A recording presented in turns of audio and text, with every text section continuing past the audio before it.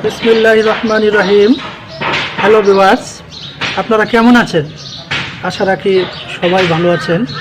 তো এই মুহূর্তে যে যেখান থেকে আমার এই অনলাইন ক্লাসটি উপভোগ করছেন সবাইকে অনেক অনেক শুভেচ্ছা জানিয়ে শুরু করছি আজকের গুরুত্বপূর্ণ একটি ক্লাস।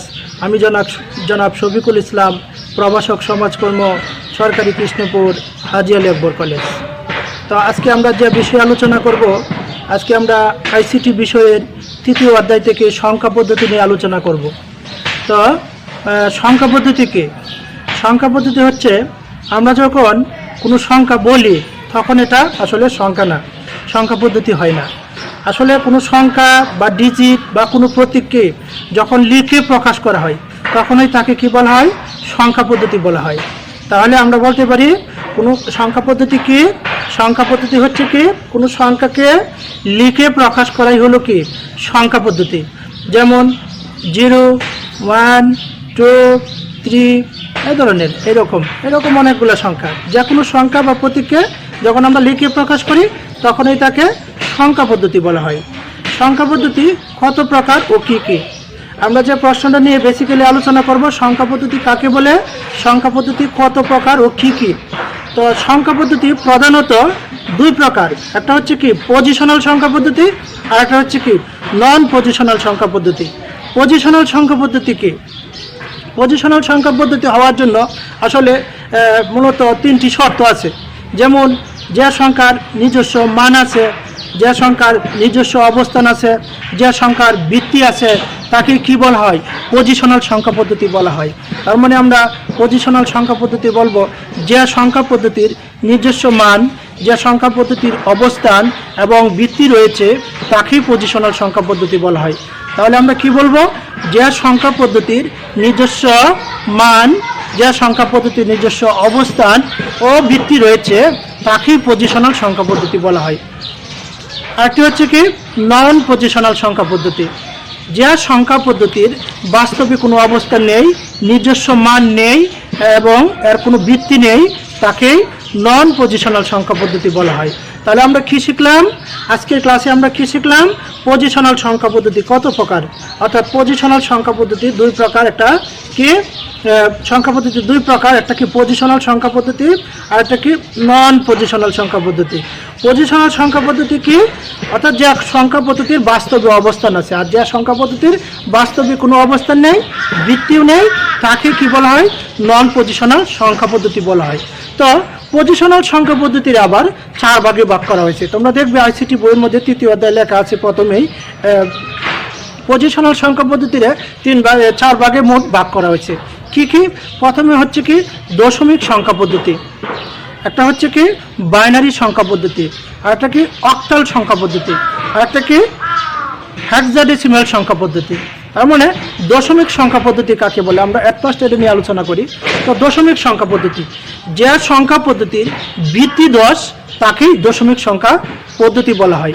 আমি ভিত্তি নিয়ে যদি বলি, ভিত্তিটা কি আসলে? বেস কি? What do mean by base?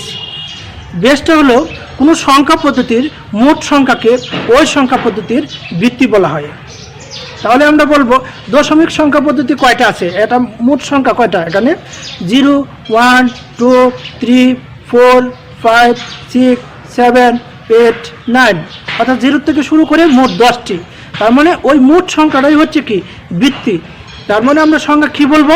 কোনো সংখ্যা পদ্ধতির মোট সংখ্যাকে ওই সংখ্যা পদ্ধতির ভিত্তি বলা হয়। এখন আমরা সংজ্ঞা দিয়ে দিব দশমিক সংখ্যা পদ্ধতি। যে সংখ্যা পদ্ধতির ভিত্তি 10 তাকে কি বলা হয়? দশমিক সংখ্যা পদ্ধতি বলা হয়। এরপর রয়েছে বাইনারি সংখ্যা পদ্ধতি। যে সংখ্যা পদ্ধতির ভিত্তি 2 তাকে কি বলা হয়? তাকেই বাইনারি সংখ্যা পদ্ধতি বলা হয়। তো বাইনারি সংখ্যা কয়টা? বাইনারি সংখ্যা হচ্ছে দুইটা, একটা 0 এবং 1। তার মানে আমরা বলবো কি যে সংখ্যা পদ্ধতির ভিত্তি 2 তাকেই বাইনারি সংখ্যা পদ্ধতি বলা হয়। এরপর রয়েছে অক্টাল সংখ্যা পদ্ধতি। যে সংখ্যা পদ্ধতির ভিত্তি, অক্টালের ভিত্তি কিন্তু 8, তার মানে আমরা সংজ্ঞায় বলবো যে সংখ্যা পদ্ধতির ভিত্তি 8 তাকেই অক্টাল সংখ্যা পদ্ধতি বলা হয়। অর্থাৎ অক্টালের সংখ্যা কত? 0 থেকে শুরু করে 7 পর্যন্ত। যেমন 0, 1, 2, 3, 4, 5, 6, 7 এই পর্যন্ত। তার মানে এর ভিত্তি কত, মানে মোট সংখ্যা কত, 8টি। তার মানে আমরা বলবো যে সংখ্যা পদ্ধতির ভিত্তি 8 তাকে অক্টাল সংখ্যা পদ্ধতি বলা হয়। এরপর আমরা আলোচনা করব অবশেষে হেক্সাডেসিমাল সংখ্যা পদ্ধতি। হেক্সাডেসিমাল, হেক্সা অর্থ কি বন্ধুরা? হেক্সাডেসিমাল মানে হেক্সা অর্থ কি 6, আর ডেসিমাল কথার অর্থ কি 10। তোমরা যা আগেই বুঝে গেছো, ডেসিমাল কথার অর্থ কিন্তু 10। তার মানে হেক্সাডেসিমাল অর্থ হচ্ছে কি, হেক্সা অর্থ 6 আর ডেসিমাল কি 10। তাহলে 10 আর 6 কত, 16। তাহলে আমরা বলবো যে সংখ্যা পদ্ধতির ভিত্তি কি 16 তাকেই হেক্সাডেসিমাল সংখ্যা পদ্ধতি বলা হয়। যে সংখ্যা পদ্ধতির ভিত্তি 16 তাকেই হেক্সাডেসিমাল সংখ্যা পদ্ধতি বলা হয়। তাহলে আজকে আমরা কি শিখলাম? সংখ্যা পদ্ধতি কাকে বলে, সংখ্যা পদ্ধতি প্রধানত কত প্রকার। তো আমরা দেখলাম প্রধানত 2 প্রকার, পজিশনাল সংখ্যা পদ্ধতি, নন পজিশনাল সংখ্যা পদ্ধতি। এরপর পজিশনাল সংখ্যা পদ্ধতিকে আবার 4 ভাগে ভাগ করা হয়েছে। একটা হচ্ছে কি দশমিক সংখ্যা পদ্ধতি, অন্যটি হচ্ছে কি বাইনারি সংখ্যা পদ্ধতি, এরপর 3 নম্বর অক্টাল সংখ্যা পদ্ধতি, এরপর হেক্সাডেসিমাল সংখ্যা পদ্ধতি। তো এই ছিল মোটামুটি আজকের আলোচ্য বিষয়। তো আমরা আলোচ্য বিষয়ের উপর মোটামুটি আলোচনা করার চেষ্টা করেছি। যেহেতু অনলাইন ক্লাস আমরা বিস্তারিত আলোচনা করছি না, বাসায় আপনারা আরও বিস্তৃত দেখবেন। তো করোনার এই দুর্যোগ সময়ে সবাই আমাকে সময় দেওয়ার জন্য আবারও আমি অসংখ্য ধন্যবাদ জানিয়ে আজকের মতো এখানেই শেষ করছি। আল্লাহ হাফেজ।